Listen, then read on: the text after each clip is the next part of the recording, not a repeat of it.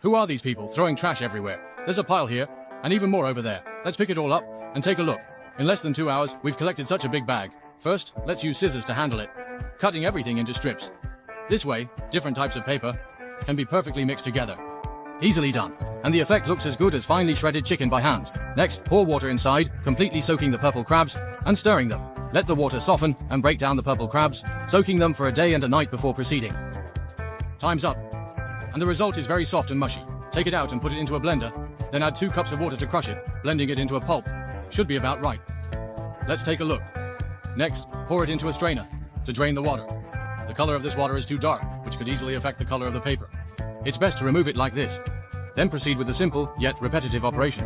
The unwanted waste has successfully turned into pulp. Drop a lump into the water, and then stir it, breaking up the pulp. Stir it for a while longer. Don't let it clump together like this, which won't work, as there are still large chunks at the bottom. Keep stirring until you can scoop it up with your hand and see no fragments, then it's ready. Take 2 picture frames of similar size, remove the back panel and the glass inside. You only need the frame itself. Both should be prepared. Next, lay the window screen on top, leaving some extra margin when cutting. Wrap the edges conveniently, and use a heavy-duty stapler to secure the screen to the wooden frame. Then trim off the excess. The paper-making screen is now ready. Submerge the screen directly into the water. Give it a gentle shake to distribute the pulp evenly, and then slowly lift it up. Tilt it slightly to the left and right to drain the water, then remove the water collecting tray on top, and take a look at the paper. Not bad, right? Just pick a piece of cloth from the pillowcase and place it underneath with the paper facing down. Put it on top of the cloth around the edges of the frame and press it slightly. Then gently press with a sponge to absorb the excess water from the paper. Witness the moment of magic. Oh, alright, it turned out so beautiful on the first try. Not bad. Gradually add them up, hang them to dry, and process in batches to scoop up all the remaining pulp. Similarly, hang them up to dry.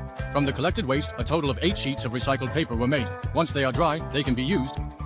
My girlfriend bought celery yesterday, and while she's not here, I might as well use it to make paper. First, cut it into small pieces, then set up the pot, and turn the heat to the maximum. Just boiling it like this isn't enough. Add 2 strips of baking soda to speed up the dissolution and separate the cellulose. Now turn down the heat. Cover it and let it simmer for an hour. Look at this effect. It's basically all cooked down. The subsequent steps are exactly the same. Blend it into a pulp, filter out the water, and then put it back into the water to mix evenly. You know, vegetables can really work.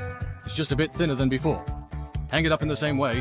While it's still daylight, I picked up some fallen leaves to sort out, then removed the stems.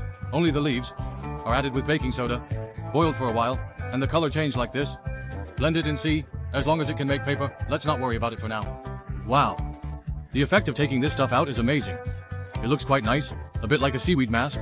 Hang them all up to dry. The first batch of paper is completely dried. As you can see, it's very easy to take down.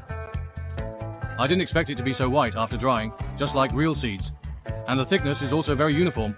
Upon closer inspection, there are some small flaws, but they don't affect its use. The celery paper is too thin and can easily tear apart, so you need to be a bit more careful when handling it, as you can see right through it. The leaf paper is slightly thicker, similar to the first batch, and is very easy to take off. It comes off with just a gentle pull. All these handmade papers can be written on normally, and can be made into notebooks for taking notes. If you have a printer, that's even better, because the size of the recycled paper is not standard. You can fix it onto a regular A4 sheet, then put it into the printer to print documents and pictures. Alright, let's take a look.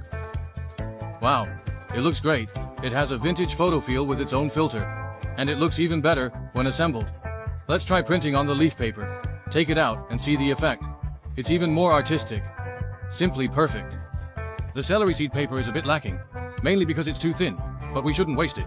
Apply glue and stick it onto the wooden frame, securing all 5 sides. Carefully finish each edge. Place a small light bulb inside, set the lantern up, and turn it on. Wow, it works, and we can say we've made the most of it.